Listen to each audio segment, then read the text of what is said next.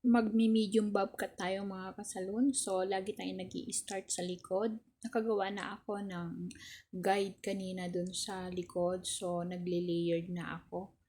So, ang unang tanggalin natin ay yung guide muna. Ayan, gumawa muna ako ng guide kanina. Pero ngayon ay nasa third sectioning na ako. Ayan, kung papansin yung mga kasalon sa gitna ako kumukuha. And then, yung paghatak ko ay papunta sa gitna. Yan, ganyan ang magbabob cut, maiksi man or mahaba. So, chini-checking ko lang kasi may mga fly away siya. Yan, so, ngayon ay ititining scissor natin para matanggal yung mga nagfa-fly away at the same time magkakaroon siya ng magandang bagsak kasi makapal yung kanyang hair. Yan. So, checking lang tayo mga kasalon. Kung saan makita natin na makapal, yun lang ang ating ititining scissor. Ayan. Ganyan lang mga kasalon.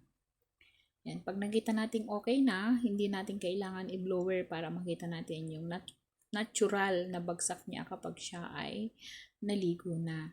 So, dito naman sa gilid, hinahatak ko patalikod yung paggugupit, yung aking pagsisectioning patalikod. Ang reason ay mas maiksi sa likod at mas mahaba sa harap.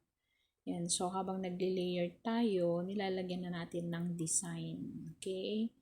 Then, after natin mahatak patalikod, i-check natin kung maganda yung pagkaka-layered niya patalikod.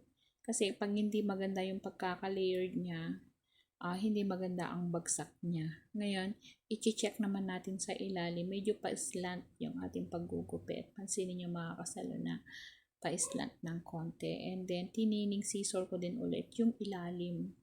Kailangan natin tinitining yung ilalim para mas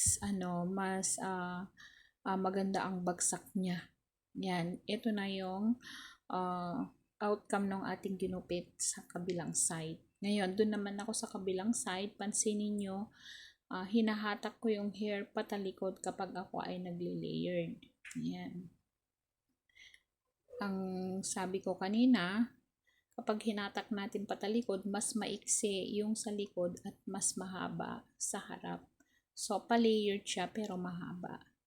Yan. So, ngayon tinitining scissor natin kasi makapal yung kanyang hair. Pagkatapos natin bigyan ng design, pwede nating nipisan sa pamamagitan ng tining scissor. So, ayan na yung outcome ng kanyang hair mga kasalon. Kahit hindi mo na siya i-blower, yan, maganda na siyang tignan. Huwag natin dayain sa blower ang mga ginugupitan natin mga kasalon kasi pag naligo sila, yun na yung outcome. Okay mga kasalon, salamat!